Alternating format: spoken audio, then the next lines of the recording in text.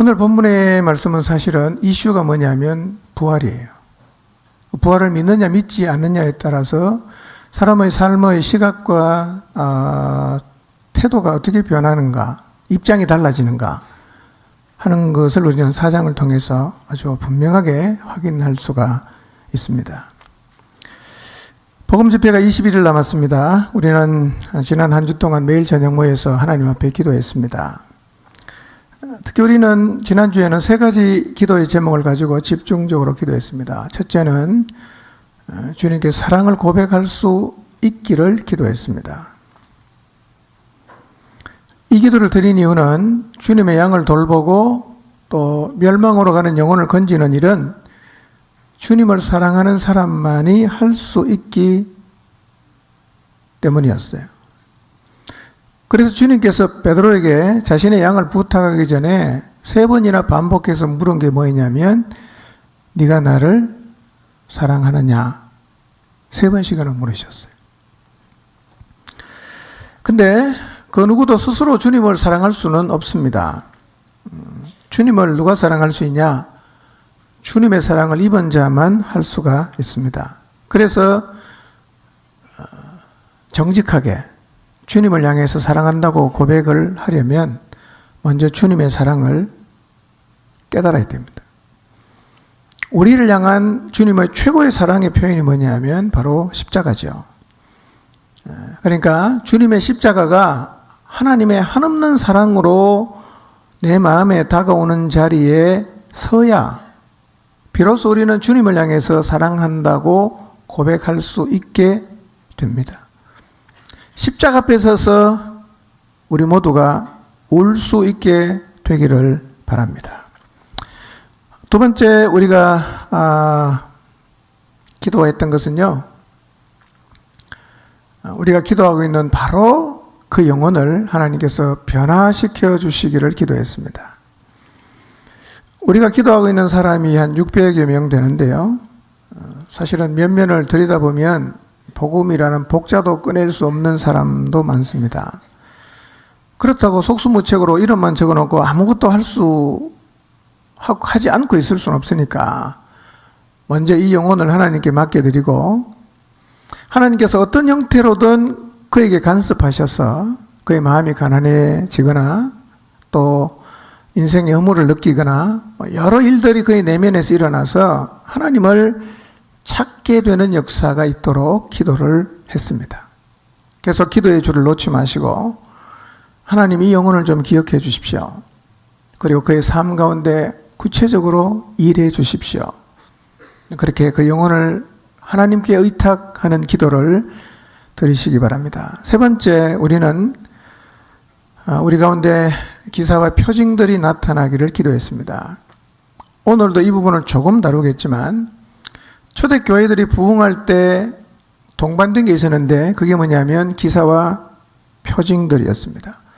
사도들을 통해서, 집사님들을 통해서, 공동체 지도자들을 통해서 나타난 기사와 표징들은 이미 전해진 이 복음을 확증했습니다. 그래서 더 많은 사람들이 하나님께로 돌아오게 되었습니다. 그래서 하나님께서 우리 공동체에도 이런 기사와 표징을 허락해 주시기를 기도했습니다. 이 기도들은 우리가 복음 집회를 준비하는 내내, 아니 어쩌면 우리가 이 땅에 사는 내내 드려야 하는 기도입니다. 복음 집회가 3주 남았습니다. 특히 남은 3주 동안 주님 앞에 기도하시면서 아래 3가지의 자세를 꼭 견지하시기를 바랍니다. 첫째, 기도를 지속하시기를 바랍니다. 기도회가 있고 없고를 떠나 기도는 지속되어야 합니다. 기도해 보십시오. 힘이 생깁니다. 기도해 보십시오. 열정이 유지가 됩니다. 기도해 보세요. 길이 보입니다. 기도해 보세요. 그 길을 갈 수 있는 힘도 생깁니다. 반대로 기도를 멈춰 보십시오. 힘을 잃게 됩니다. 기도를 멈춰 보십시오. 길이 보이지 않습니다. 기도를 멈춰 보십시오. 한 발짝도 앞으로 못 나갑니다. 기도 안 하면 끝나는 겁니다. 두 번째로 기도하면서 하나님이 주시는 마음이 있으면 그것이 무엇이든지 순종하시기를 바랍니다. 이미 이렇게 기도 가운데 하나님이 주시는 말씀에 순종하고 계시는 분을 제가 만나봤습니다. 본인은 정말 가기 싫은데 하나님이 가라는 마음을 계속 주셔서 매일 찾아가서 만나고 있다고 했습니다. 이렇게 순종한다면 반드시 하나님의 역사를 보게 될 것입니다. 그런데 누구라도 영혼을 품고 하나님 앞에 나가서 계속 기도하면 하나님이 우리 안에 마음을 주세요. 그 영혼을 어떻게 섬겨야 될지, 어떻게 가서 복음을 전할지에 대한 마음을 하나님은 반드시 주십니다. 기도해 보세요. 마게도냐의 환상을 볼 수도 있고, 기도하면 잠잠하지 말고 말하라는 주님의 음성을 들을 수도 있고, 기도하면 내 안에 마리아 데려오기를 무서워하지 말라는 음성을 들을 수도 있고, 기도하면 옆바에 있는 베드로에게 사람을 보내서 집으로 초청하라는 음성을 들을 수도 있습니다. 하나님은 마음을 열고 기도하는 사람에게는 반드시 무엇을 어떻게 해야 될지를 가르쳐 주십니다. 귀에 대고 소곤소곤 하진 않겠지만 그런 마음이 자꾸 생겨요. 왜 그런 마음이 생기냐? 성령님께서 우리의 길을 인도하시기 때문에 그런 것입니다. 중요한 것은 성령님이 인도하실 때 순종해야 됩니다. 이때는 정말 보험회사 광고처럼 묻지도 말고 따지지도 말고 순종해야 돼요. 해보십시오. 묻고 따지면 할 수 있는 게 별로 없어요. 묻지도 말고 따지지도 말고 순종해 보시기를 바랍니다. 아무리 하나님께서 여러분의 마음에 분명한 마음을 주셔도 순종 안 하면 다 소용이 없어집니다. 그러므로 갈릴리 가나의 혼인잔치에서 예수님의 어머니가 하인들에게 하신 말씀을 기억하셔야 합니다. 요한복음 2장 5절 말씀 같이 봅니다. 시작. 그 어머니가 하인들에게 이르되 너희에게 무슨 말씀을 하시든지 그대로 하라 하니라. 너희에게 무슨 말씀을 하시든지 그대로 하라. 어떤 말씀을 주시든지 그대로 순종하시기를 바랍니다. 어떤 말씀은 힘들 수 있을 것입니다. 어떤 말씀은 순종하려고 하니까 자존심이 상할 수 있을 것이고, 어떤 말씀은 순종하려고 하니까 시간에 손해보고 돈이 손해볼 수도 있고, 어떤 말씀은 아무리 내가 하려고 해도 마음이 내키지 않을 수가 있어요. 여러분, 포도주가 필요한 연회장에 물을 방금 떠왔는데 갖다 주라고 하는 이 말씀에 순종이 쉽겠습니까?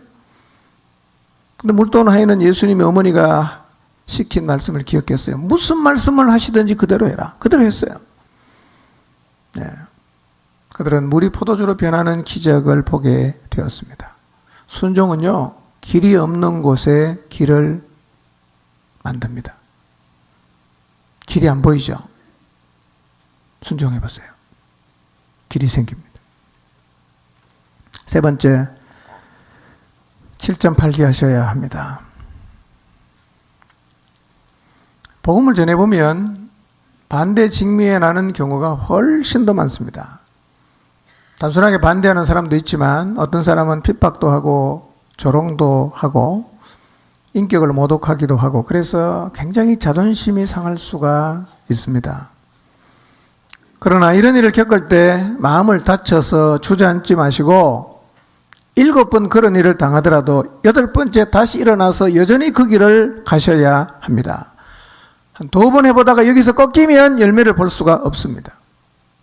그래서 어떤 대우를 받더라도 우리의 신앙의 선조들이 다 그 대우 받고 복음 전했으니까 당연하게 이기고 일어나서 그들에게 다시 나가게 되시기를 바랍니다. 7.8기로 가니까 8번만 딱 일어선다. 숫자 세시는 마시고 그런 뜻은 아니고 계속해서 일어서서 가라는 얘기입니다. 자, 오늘은 부활을 믿는 것, 그리고 복음을 전파하는 것, 이 두 가지가 과연 상관관계가 있는가를 좀 확인해 보려고 합니다.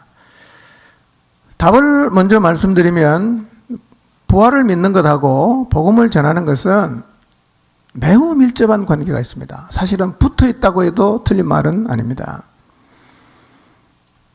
그래서 부활을 믿는다고 말하면서도 복음을 말하지 않는 사람은 부활에 대한 믿음이 희미해졌거나 아니면 부활을 믿지 않고 있다고 해도 과언이 아닙니다. 이 말을 이해하기 위해서는 부활하신 예수님께서 살아 계셨을 때에 행하신 일과 하신 말씀들을 먼저 확인하고 이것하고 부활이 어떤 관계가 있는지를 확인하는 것도 필요합니다. 우선 예수님께서 살아계실 때 하셨던 일, 그 다음에 하셨던 말씀을 간단하게 좀 정리해 보겠습니다. 예수님은 지금부터 약 2000년 전에 유대 땅 베들레헴에서 태어났습니다. 그런데 예수님보다 6개월 먼저 태어난 침례 요한이 어느 날 요단강 부근 각처에 와서 죄사함을 받게 하는 회개의 침례를 전파하기 시작했고 많은 사람들이 요한에게 나와서 침례를 받았습니다. 사실 그때 요한의 영적인 파워는 어마어마했어요. 군병도 나오고 그 다음에 심지어는 바리새인까지 나와서 요한이 주는 침례를 받음으로써 면죄부를 얻으려고 할 정도로 굉장히 영적인 파워가 있었습니다. 그런데 이 침례 요한이 어느 날 예수님께서 지나가시는 것을 보고 이렇게 말을 합니다. 보라, 세상 죄를 지고 가는 하나님의 어린 양이다. 그러면서 저분은 비록 나보다 6개월 뒤에 왔지만 나보다 앞선 분이시다라고 증언을 했어요. 2장에 가면, 요한복음 2장에 가면 갈릴리 가나에서 혼인잔치가 있었는데요. 거기서 예수님은 사람이 할 수 없는 기적, 물이 포도주가 되는 기적을 행하셨어요. 그 다음에 예수님께서 예루살렘 성전에 가셔서 소와 양과 비둘기 파는 사람들과 돈 바꾸는 사람들이 이렇게 앉아서 장사하는 걸 보시고 노끈으로 채찍을 만드시더니만 거기 있는 양과 소를 성전에서 다 내쫓고 돈 바꾸는 자들이 갖고 있는 바구니를 뒤집어 엎어버리고 상도 다 엎어버렸습니다. 거의 난동 수준이었어요. 누가 성전에 가서 이렇게 난동을 부리겠어요? 누가? 사람으로는 할 수 없어요. 유대인들이 깜짝 놀랐습니다. 묻습니다. 당신이 이런 일을 행한다면 우리에게 무슨 표적을 보여줄 수 있겠는가? 당신이 도대체 누군데 감히 성전을 이렇게 뒤집어 엎을 수 있냐? 여러분, 성전의 주인은 하나님 아니에요? 누가 성전을 뒤집어 엎을 수 있어요? 성전의 주인만 뒤집어 엎을 수 있어요. 그때 예수님이 대답하십니다. 이 성전을 허물어라. 내가 사흘 동안에 일으키겠다. 제자들은 처음에는 이게 무슨 말인지 몰랐어요. 나중에 알았어요. 이게 뭐냐? 자신의 몸을 성전이라고 비유적으로 말씀하셨어요. 내가 죽었다가 3일 만에 다시 살아난다. 그렇게 말씀하셨어요.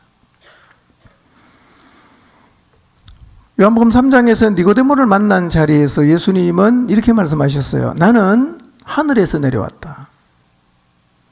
왜 내가 하늘에서 내려왔느냐 하면 모세가 광야에서 뱀을 든 것처럼 나도 십자가에 들려서 멸망으로 가는 사람들이 나를 믿음으로 영생을 얻게 하기 위해서 왔다.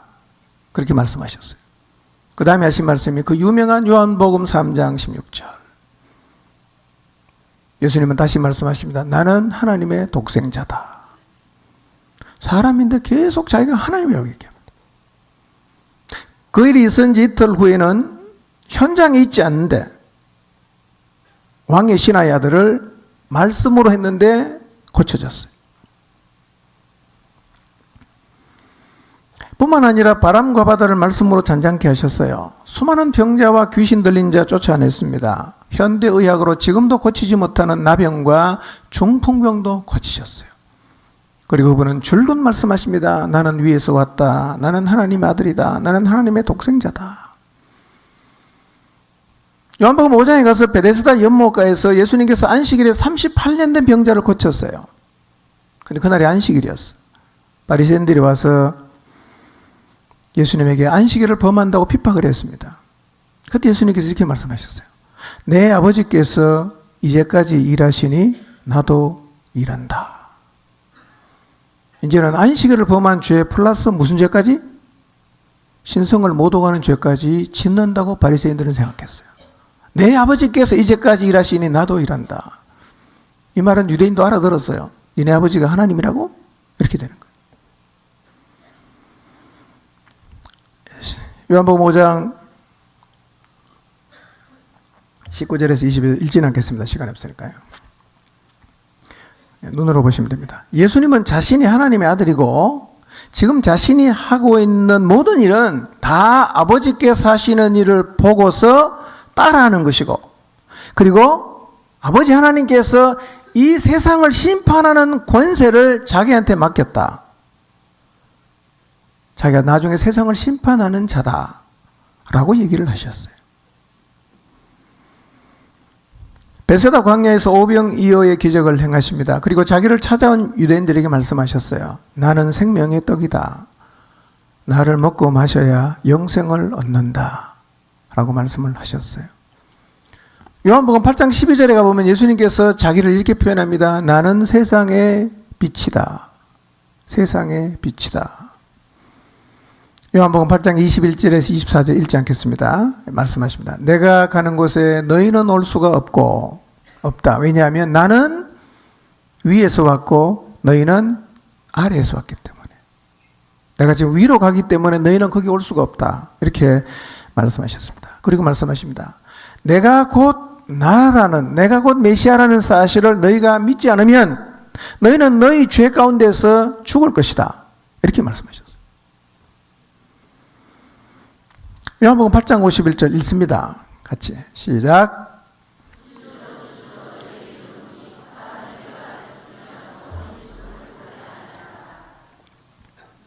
내 말을 지키면 영원히 죽음을 보지 않는다고 말씀하셨어요. 이런 얘기를 누가 할 수 있어요? 요한복음 8장 56절에서 58절을 같이 읽어보겠습니다. 세 번역으로 읽습니다. 시작.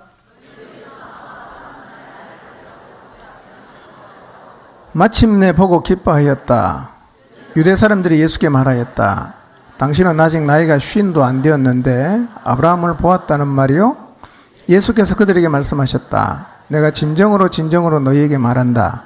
아브라함이 태어나기 전부터 내가 있다. 이스라엘의 조상인 아브라함.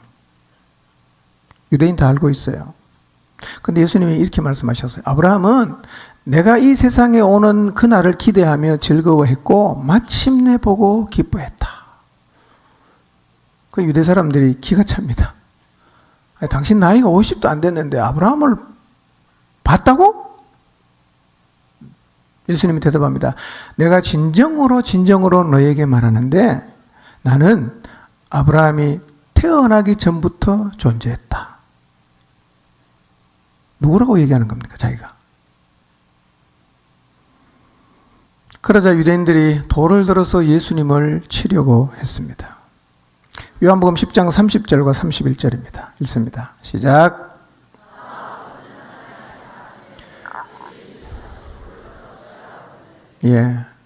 예수님 말씀하십니다. 나하고 하나님은 하나다. 유대인들이 신성을 모독한다고 해서 돌을 들어 치려고 했습니다. 그분은 죽은 나사로를 살리셨어요. 요한복음 14장 6절에서는 이렇게 말씀하셨어요. 나는 길이다. 나는 진리다. 나는 생명이다. 이게 얼마나 대단한 말인지 몰라요. 제가 이제 다음 주부터 이 말씀을 드릴 겁니다. 나는 길이다. 나는 진리다. 나는 생명이다. 예수님은 내가 지금 너희들의 처소를 예비하기 위해서 잠시 떠나가지만 처소가 다 준비가 되면 내가 다시 이 땅에 와서 너희를 그곳으로 데리고 가겠다 말씀하셨어요. 누가복음 22장 66절에서 70절을 읽습니다. 시작.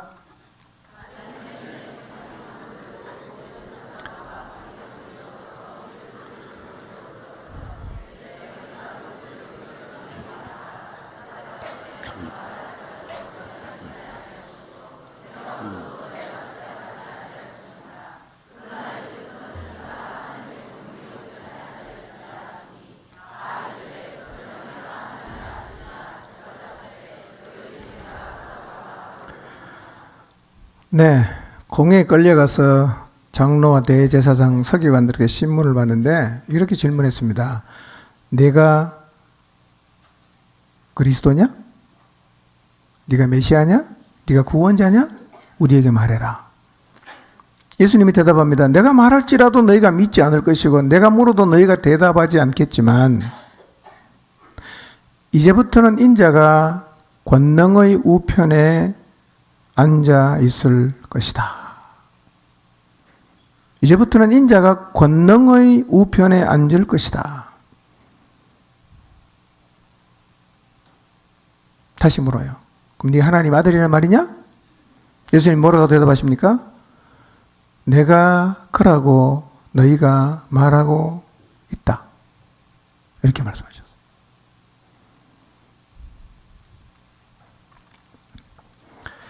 마태복음 24장 29절에서 31절을 보겠습니다. 읽습니다. 시작.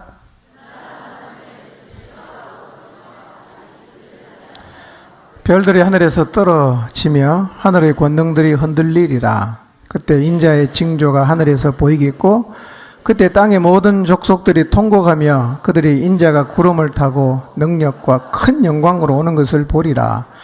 그가 큰 나팔 소리와 함께 천사들을 보내리니 그들이 그의 택하신 자들을 하늘 이 끝에서 저 끝까지 사방에서 모으리라. 주님 말씀하십니다. 인자가 구름을 타고 능력과 큰 영광으로 오는 것을 볼 것이다. 계시록 1장에는 말합니다. 그를 찌른 자들도 그를 보게 된다. 여러분, 예수님을 십자가에서 칼로 찔른 사람이 그분, 신성모독자로 생각했던 그분이 영광의 구름을 타고 만왕의 왕으로 이 땅에 다시 오는 그분하고 눈이 딱 마주쳤다. 어떻게 되겠어요?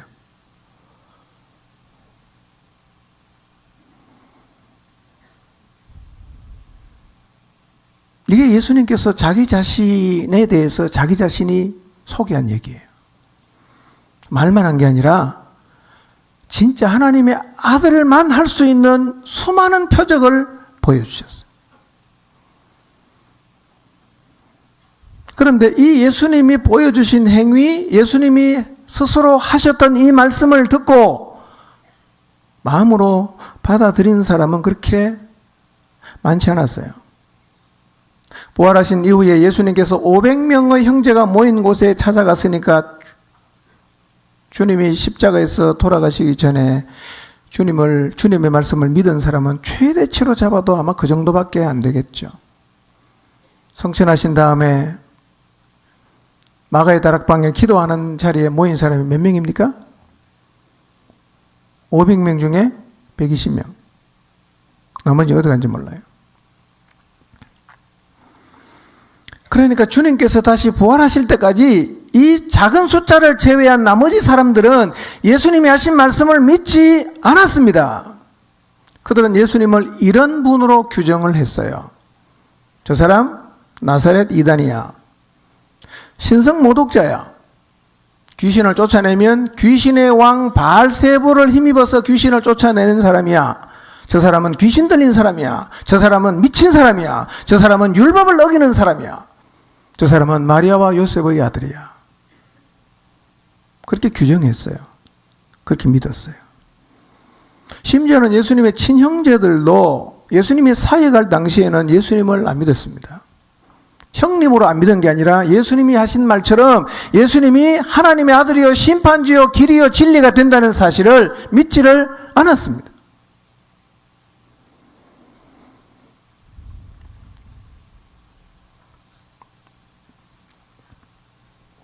그럼 예수님이 자기 자신이 말한 대로 하나님의 아들이고 구원자인지 아니면 유대 종교 지도자들이 말하는 것처럼 귀신 들리고 미친 사람인지 어떻게 알 수가 있어요? 이 두 가지 의견이 있었는데 그 당시 대부분의 사람은 예수님을 그리스도로 보는 게 아니라 신성모독자, 이단, 귀신 들린 사람, 미친 사람으로 봤어요. 주님이 사회 가실 때요, 가족들이 예수님 장가도 안 가고 막 미쳐 돌아다니니까 미쳤다고 그냥 데리러 왔어요. 집에 데리고 가려고. 네. 그들의 눈을 그렇게 보였어요. 그러나 예수님은 자기가 말로만 하나님의 아들이라고 얘기한 것이 아니라 여러 가지 표적을 통해서 기적을 행함으로 자기가 하나님의 아들임을 확인시켜 줬지만 유대 종교 지도자들은 그 모든 것을 곁에서 다 지켜보고도 그들의 생각을 바꾸지 않았어요. 보여주고 또 보여줘도 계속 안 믿으니까 예수님께서 자기가 하나님의 아들임을 마지막 표적을 하나 제시한 게 있는데, 그게 내가 죽었다가 3일 만에 살아나면 내가 한 모든 말을 너희 다 믿어라. 마지막 표적으로 부활을 두셨어요. 마태복음 12장 38절에서 40절입니다. 읽습니다. 시작.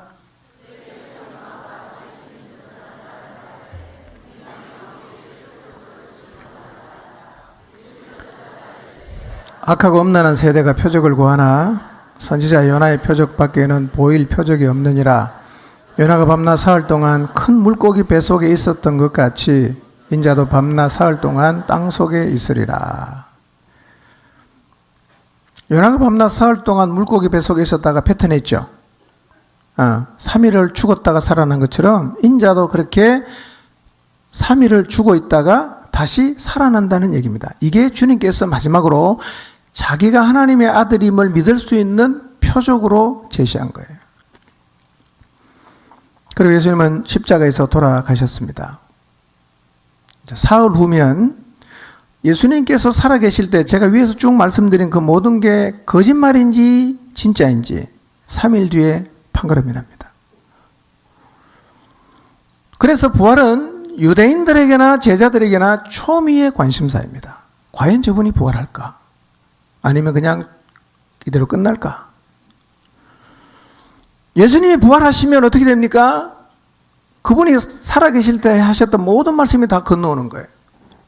그런데 만약 예수님이 부활을 못하면 어떻게 됩니까? 지금까지 했던 모든 말은 다 죽어버리는 겁니다.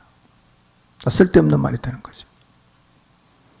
그러면 부활해서 그분의 말이 넘어갈 것인가? 아니면 거기서 죽어버릴 것인가? 다 부활에 달려있어요. 결과가 어떻게 됐죠? 예수님은 3일 만에 부활하셨어요. 부활에 대한 설명은 하지 않겠습니다. 만약에 예수님께서 십자가에서 죽으심으로 끝나버리면 그분이 살아계셨을 때 했던 모든 말 다 그냥 죽어 없어지는 거예요. 그런데 만약에 주님이 부활해서 살아나면 부활과 동시에 그분이 했던 모든 말씀도 다 부활하는 거예요. 몸만 부활하는 게 아니라 말씀도 다 살아나는 거예요. 근데 예수님 부활하셨어요. 그분이 누구입니까? 부활을 통해서 확인해 주셨습니다. 구원자입니다. 세상을 심판하는 심판주입니다. 그분의 말씀은 다 진리입니다. 그분을 믿으면 영원히 죽음을 보지 않습니다. 그분은 지금 하나님 보호자 우편에 계십니다. 언젠가 그분은 구름을 타고 능력과 큰 영광으로 우리를 데리러 오십니다. 모두가 다 부활을 통해서 확정이 되었습니다. 예수 그리스도의 부활을 통해서 이 놀라운 사실, 주님이 하셨던 모든 그 말씀이 확정이 됐는데, 문제는 이것을 믿는 사람이 500여 명밖에 되지 않고 대부분의 사람은 그 주님의 경고에도 불구하고 믿지 않으면 멸망에 간다는 주님의 경고에도 불구하고 그대로 멸망으로 달려가고 있습니다. 하나님이 그렇게 구원하기를 원하셨던 인간들이 다 멸망으로 갑니다. 그렇다면 부활을 통해 이 말씀이 진리인 것이 확실하게 받아들인 사람, 그 사람들이 뭘 해야 되겠어요? 부활을 믿는 사람들이 해야 될 가장 중요한 일이 뭐겠습니까? 구원자로 오신 예수님을 믿어야 한다고 전해주는 일을 해야 됩니다. 이것이 부활을 믿는 사람들이 가장 먼저 해야 되는 가장 중요한 일입니다. 여러분 정말 부활을 믿으십니까? 여러분 예수 그리스도의 부활을 통해서 그분이 살아계셨을 때 하셨던 모든 말씀은 건너왔어요. 그리고 그 말씀이 다 동일하게 부활했습니다.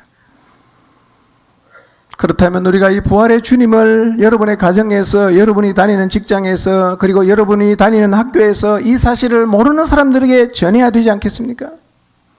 그것이 부활을 믿는다는 가장 큰 표징이 될 수가 있을 것입니다. 부활을 믿으십니까? 예수님이 살아계실 때 하셨던 말씀 다 사실이에요. 그분 하나님 아들 맞습니다. 그분은 위에서 오신 분이에요. 우리의 구원자이십니다. 우리의 죄 때문에 십자가에 죽으셨어요. 다 사실입니다. 모르는 사람들에게 전해야 됩니다. 이것이 부활을 믿는 사람들이 해야 되는 가장 우선되고 가장 중요한 일입니다. 여러분, 실제로 예수님의 부활을 믿었던 사람들은 모두 다 부활을 통해서 확정된 복음의 증인으로 살았습니다. 그래서 부활을 믿고 마가의 다락방에 모여있던 120명이 나가서 복음을 전함으로 오순절에 3,000명이 회심했습니다. 그 후에 안전병기가 일어나는 기적을 통해서 5,000명이 예수님을 믿게 됐어요. 그 후에도 부활을 믿는 자들을 통해서 이 복음은 예루살렘과 온 유대와 사마리아와 땅끝까지 퍼져갔습니다. 여러분, 정말 부활을 믿는다면 예수님을 믿지 않으면 멸망으로 간다는 것도 동시에 믿지 않습니까? 그렇다면 이 복음을 모르는 사람에게, 믿지 않은 사람에게 마땅히 전해줘야 되지 않겠습니까? 그런데 우리가 이 복음 전하는 일을 자꾸 멈추는데요. 이유가 있어요. 왜 복음을 전하는 것을 멈추냐?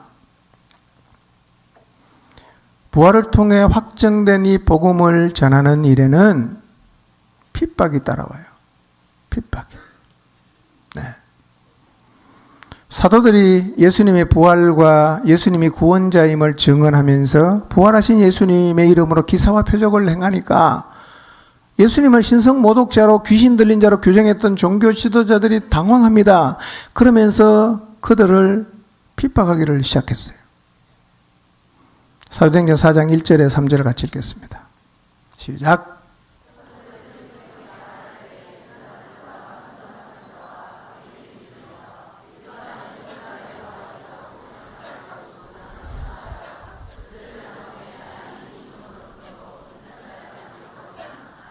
네, 유대 종교 지도자들이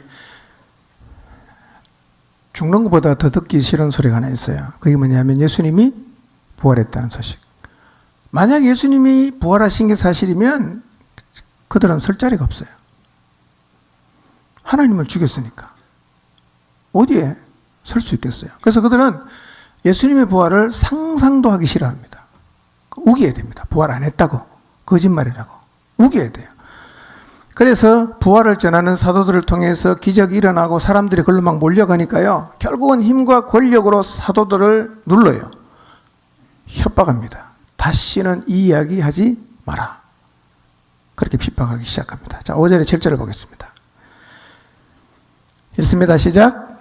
이튿날 관리들과 장로들과 서기관들이 예루살렘에 모였는데 대제사장 안나스와 가야바와 요한과 알렉산더와 및 대제사장의 문중이 다 참여하여 사도들을 가운데 세우고 묻되 무슨 권세와 누구의 이름으로 이 일을 행하였느냐. 예. 모인 사람 보세요. 장로, 서기관, 대제사장 안나스, 가야바, 요한, 알렉산더, 그 다음에 대제사장 가문에 속한 사람이 다 모였습니다. 무슨 의미입니까? 그들은 이 상황을 굉장히 위중하게 생각합니다. 이 가만두면 큰일 나겠다. 그래서 총력을 기울여서 뭘 막으려고 합니까? 부활했다는 이야기를 더 이상 하지 못하도록 입을 막으려고 합니다. 이런 일은 오늘날에도 여전히 일어납니다. 우리가 600명의 영혼을 품고 그들을 위해서 기도하고 있어요. 아마 사단도 지금 매일 회의를 합니다. 어떻게 막을까? 어떻게 막을까? 회의 결과에 따라서 지금 열심히 일하고 있어요.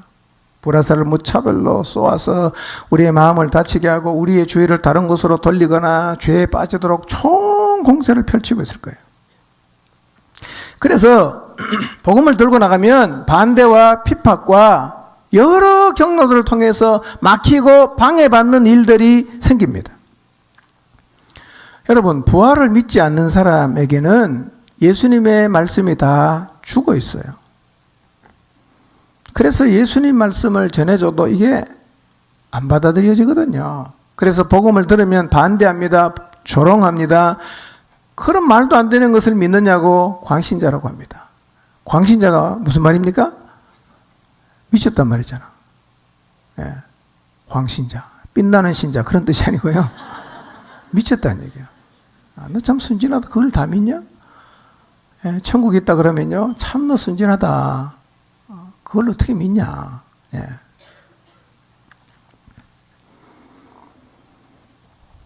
오늘날도 똑같이 복음 전하면 이런 대우를 받는데요. 여러분, 핍박을 안 받을 수 있는 좋은 방법이 하나 있습니다.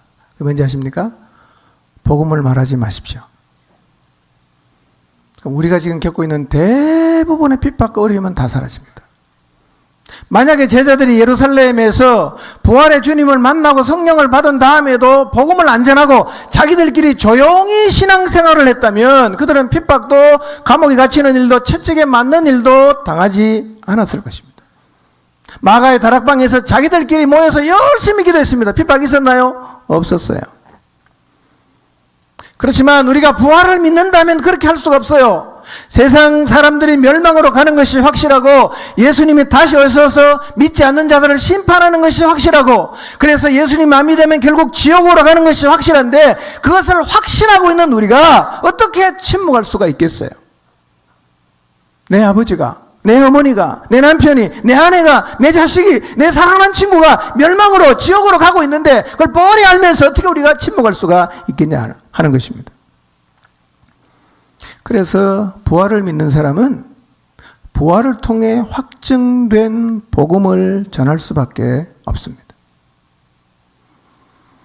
오늘 아침에 제가 사도행전 성경을 읽었는데요. 바울은 어떤 각오를 했냐면 복음을 전하다가 죽을 것을 각오했어요. 나는 죽기도 각오했다. 말리지 마라. 예루살렘으로 가려고 하니까 여기저기서 계속 가지 말라 그래요. 막 웁니다. 왜 울어서 내 마음을 상하게 하느냐? 나는 예수님을 위해서 죽을 것도 각오하고 있다. 예. 주님 앞에 가면 얼마나 상이 많겠어요.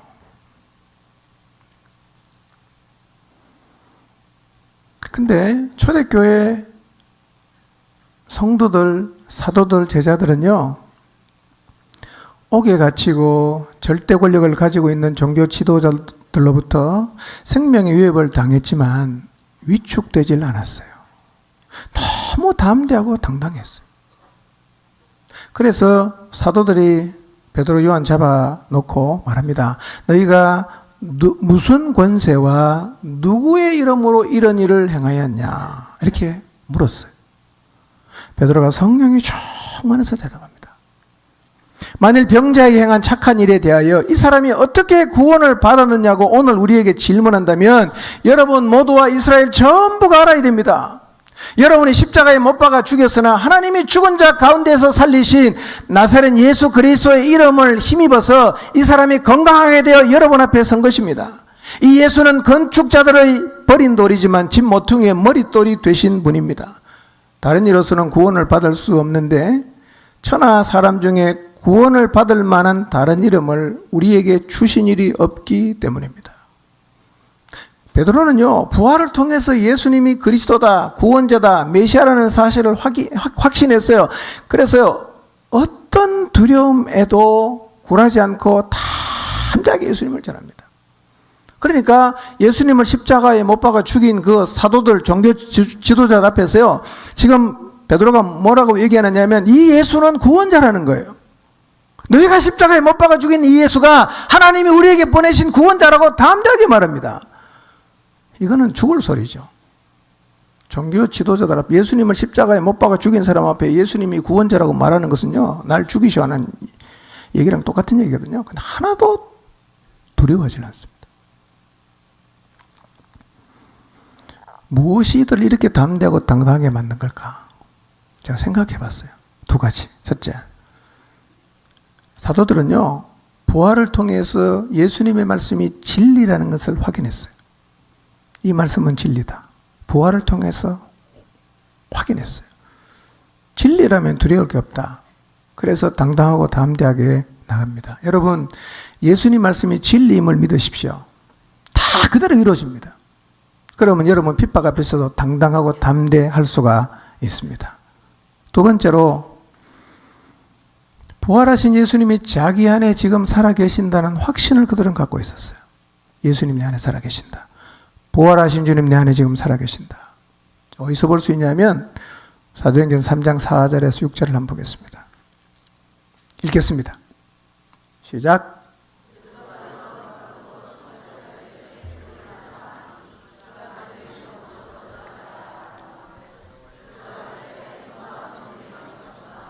내게 있는 이것을 내게 주노니 나사렛 예수 그리스도의 이름으로 일어나 걸어라 하고. 얼마 전에 베드로는 예수님을 부인하고 도망갔어요. 3번씩이나 부인하고 도망갔어요. 근데 베드로가 너무 달라졌어요. 대제사장의 위협과 협박 앞에서도 진리를 담대하게 말합니다. 너희가 십자가에 못 박은 죽은 예수, 그 사람 구원자야. 그분 그리스도야.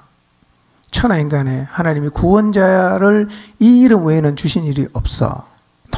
너무나 당당하게 얘기합니다. 겁나는 게 없어요, 사람이. 왜 그랬을까? 베드로는요, 지금 자기 안에 부활하신 예수님이 살아계신다는 것을 확신하고 있었어요. 예수님이 자기 안에 지금 살아계신다. 부활하신 주님이 내 안에 계신다는 사실은 이 베드로와 요한의 마음을 너무나 든든하게 하고 때로는 흥분하게 하고 사자 같은 담대함을 갖게 했습니다. 그 앞에 3장에서 있었던 일이죠. 어느 날 베드로와 요한이 성전으로 기도하러 가다가 아름다운 문이라는 미문 앞에 나면서부터 걷지 못한 사람이 앉아서 구걸을 하고 있습니다. 베드로와 요한이 가다가 주목해서 봅니다. 이렇게 말합니다. 우리를 보시오.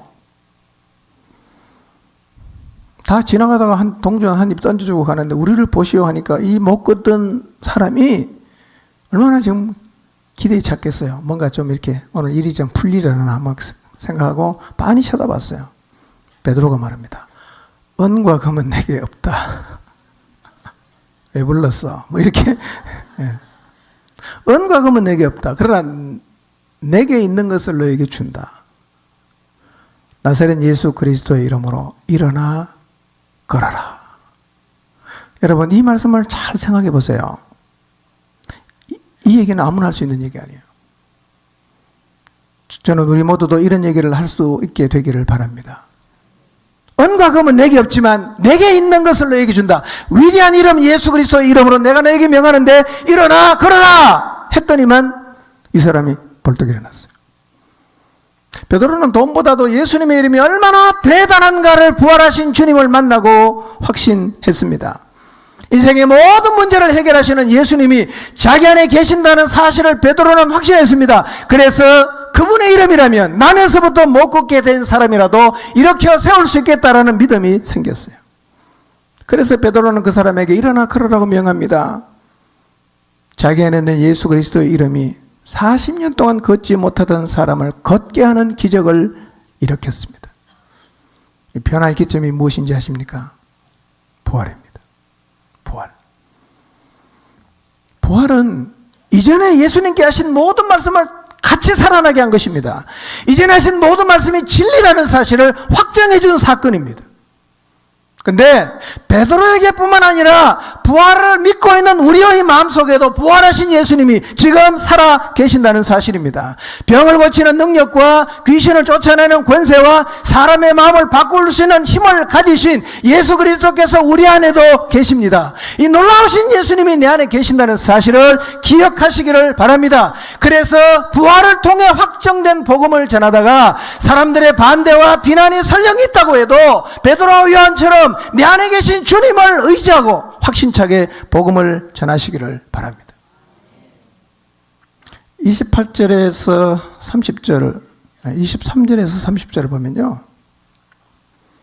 풀려난 사도들이 공동체로 돌아갑니다. 그 중간 내용은 여러분 4장 읽어보면 다 나옵니다. 풀려난 사도들이 어디로 가냐? 아, 너무 힘들었다. 좀 쉬러 가자. 그래서 별장으로 간 게 아니고요. 광야로 나간 게 아니고 어디로 갔냐면 공동체로 돌아왔어요.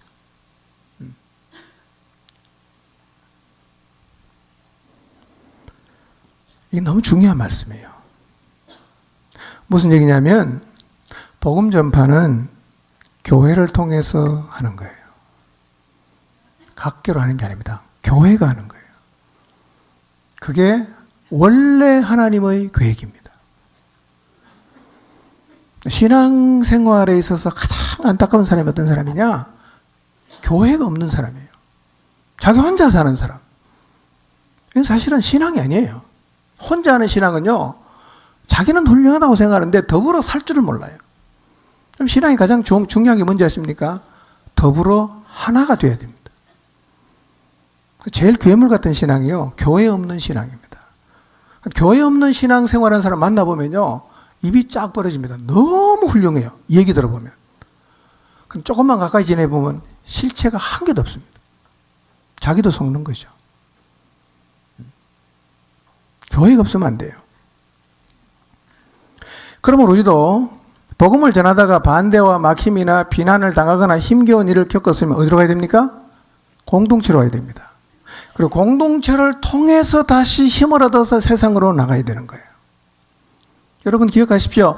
40년 동안 나면서부터 걷지 못한 사람을 예수님의 이름으로 걷게 함으로 예루살렘의 모든 사람을 놀라게 한 베드로도 잡혔다가 풀려난 다음에 제일 먼저 간 데가 어디입니까? 공동체입니다. 공동체로 가는 거예요.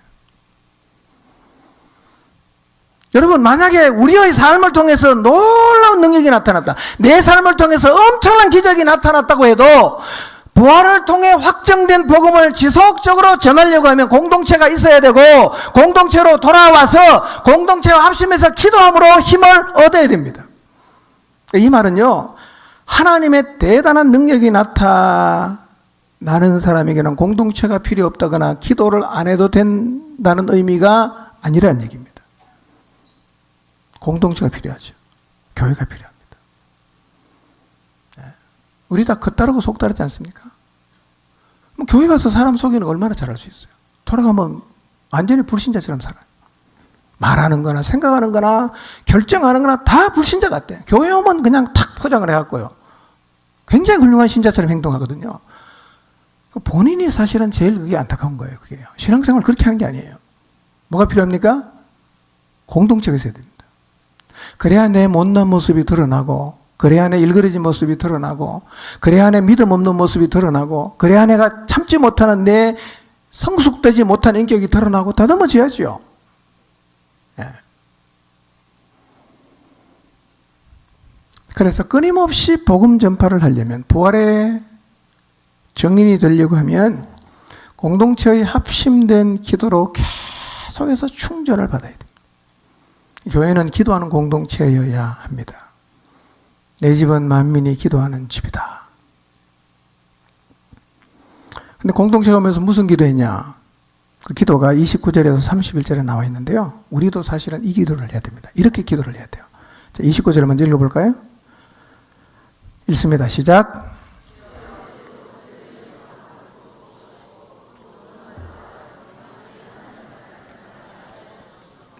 네. 첫째, 이 공동체, 베드로가 돌아가서 그 공동체와 함께 하나님 앞에 드린 기도의 내용이 이거예요. 위협을 받고 있는 상황에서도 담대하게 하나님 말씀을 전할 수 있도록 기도했어요. 이런 기도 정말 필요하죠. 사람은요, 위협을 받고 핍박을 당하면 자꾸 움츠러들잖아요. 쪼그라들잖아. 혼자 있으면 그냥 주저앉게 되죠. 예. 그래서 이렇게 움츠러들게 되면 복음을 전할 수 있는 자리에 못 나가게 돼요. 주저앉아 버리니까. 그래서 우리가 뭘 기도해야 되느냐? 어떤 상황에서도 담대하게 복음을 전할 수 있기를 기도를 해야 합니다. 지금 우리도 이 기도가 참 많이 필요합니다. 복음 전하는 게 만만치 않거든요. 안 믿는 사람에게는요, 우리가 전하는 이 말이 거의 안 먹혀들 수도 있어요. 예. 첫 번째, 뭔 기도해야 된다고요? 위협을 받고 있는 상황에서도 담대하게 하나님 말씀을 전할 수 있도록 기도해야 됩니다. 두 번째, 30절 보겠습니다. 시작.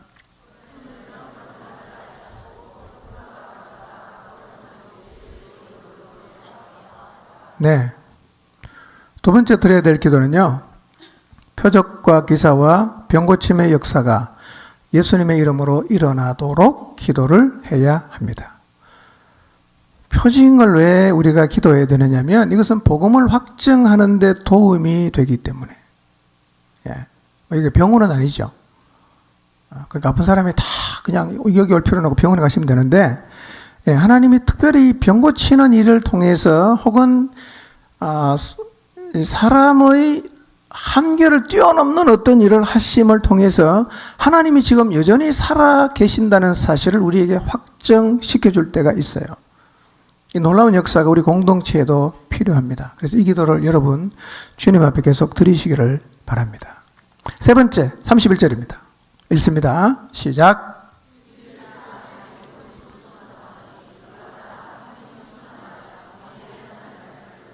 네.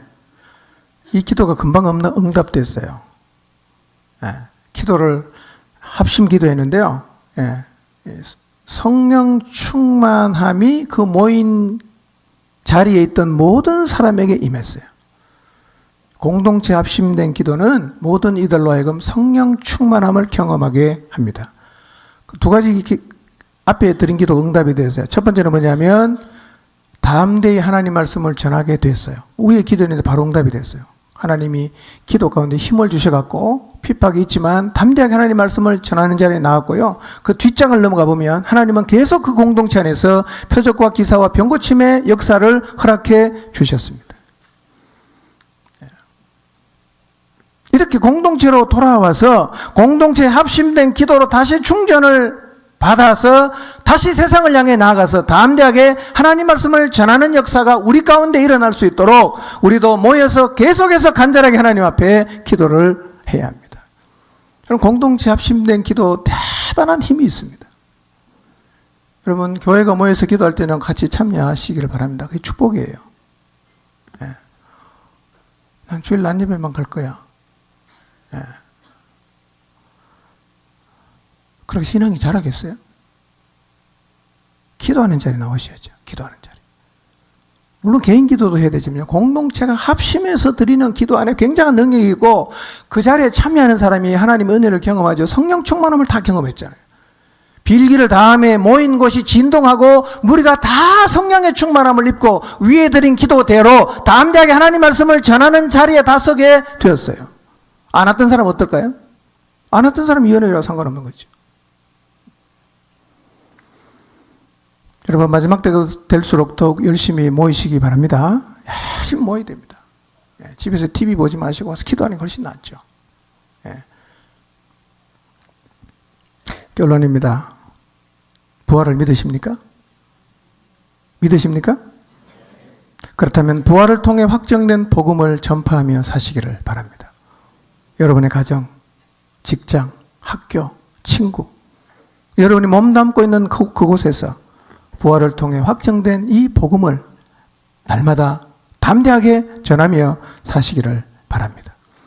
그리고 복음을 전하다가 반대와 핍박과 막힘이 있어도 예수님 말씀이 진리고 부활하신 예수님께서 내 안에 살아계신다는 사실을 확신하고 담대하게 복음을 전하시기를 바랍니다. 그리고 복음을 전하다가 힘겨운 일을 겪고 또 마음이 낙심되고 또 주저앉고 싶을 때마다 어디로 돌아가야 됩니까? 공동체로 돌아가십시오. 그리고 모여서 함께 하나님 앞에 기도하고 또다시 힘을 얻어서 부활을 통해 확정된 복음을 지속적으로 이 세상을 향해 증거하며 살아가는 하나님의 자녀들이 되시기를 주님의 이름으로 축원합니다. 기도하겠습니다.